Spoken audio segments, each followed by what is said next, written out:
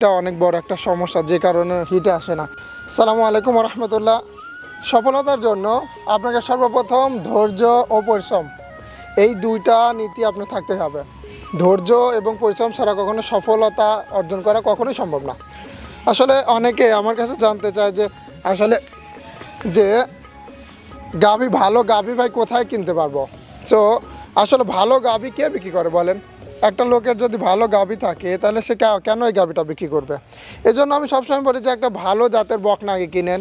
তো বকনা কিনলে আপনার হবে কি, আপনার ধৈর্যের একটা পরীক্ষা হবে যে বকনা আপনার হিটে আসবে না, বকনা আমার প্রথমে খাইতে চাইবে না, বকনা বুঝে উঠতে আপনার 1-2 মাস সময় লাগবে, তারপরে হিটে আসলে আপনি বুঝবেন না। এইগুলো যে আপনি শিখতেছেন, এই যে কিছু লস হচ্ছে ঠিক আছে, কিন্তু এই যে শিখা হচ্ছে, এই যে ধৈর্যের পরীক্ষা হচ্ছে, আপনাকে আস্তে আস্তে যেখানে মানে প্রশিক্ষিত করতেছে যে প্রতিটা নবী রাসূলকে আল্লাহ তাআলা এই গরু, তারপরে ছাগল, ভেড়া এগুলো লালন পালন করাইছে শুধুমাত্র তাদেরকে ধৈর্যশীল বানানোর জন্য। আর এই ডেইরি সেক্টরটাও হচ্ছে আপনার ধৈর্যের একটা পরীক্ষা।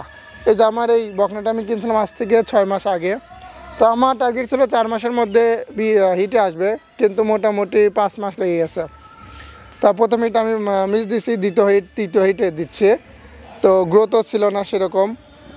তো এই যে দেখেন আসলে কিভাবে বুঝবেন যে একটা বকনা হিটে আসলে, এই যে আজকে হিটে আসছে ডাকাডাকি শুরু হচ্ছে মোটামুটি 8টার দিকে।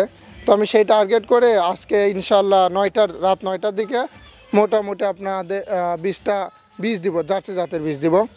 তো এই জন্য বাইরে বাজছে। আর আমাদের অনেকের অভিযোগ যে আসলে ভাই বকনা হিটে আসে না। তো বকনা হিটে না আসার আর একটা কারণ হচ্ছে যে আমরা কখনো গরু বা বকনা কখনো রোদে বাঁধি না বা মাটিতে বাঁধি না। এইটা অনেক বড় একটা সমস্যা, যে কারণে হিটে আসে না। এছাড়া আরও অনেকগুলো সমস্যা থাকে, এগুলো পরবর্তী ভিডিওতে আমি জানাবো। তো হিট আসলে আসলে কীভাবে বুঝবেন যে হিট আসলে? প্রথমে তো আপনার বকনাটা খাওয়া দাওয়া কমায় দিবে, ডাকাডাকি করবে, চঞ্চলতা দেখাবে, যে গায়ের উপর লাফ দিয়ে ওঠার চেষ্টা করবে, তারপরে আপনার অন্য গরুর উপর প্রথমে শুকার চেষ্টা করে। তো এছাড়া আরও দেখবেন যে মিউকাস, একদম স্বচ্ছ মিউকাস ভাঙে। এছাড়া ঘন ঘন চুনায় বা প্রসাব করে বলে যেটাকে। আসলে জাত একটা বকনা যদি আপনি বানাইতে পারেন, সেই জাত বকনা থেকে আপনি ভালো একটা জাতের গাভী পাবেন, যেটা আপনার জন্য ভালো কিছু হবে। যদিও ধৈর্যের পরীক্ষা হবে, সময় লাগবে, কিন্তু লং টার্মের জন্য যে ভালো হবে।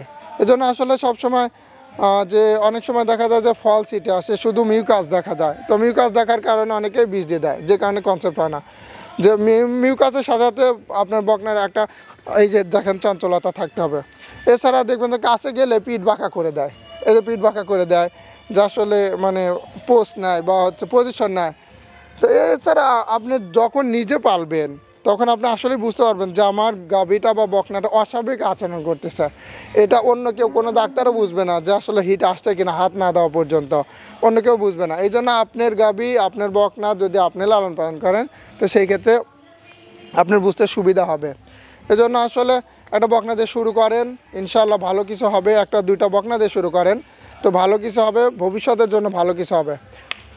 তো সে পর্যন্ত ভালো থাকবেন, সুস্থ থাকবেন। আসসালামু আলাইকুম ওয়া রাহমাতুল্লাহ।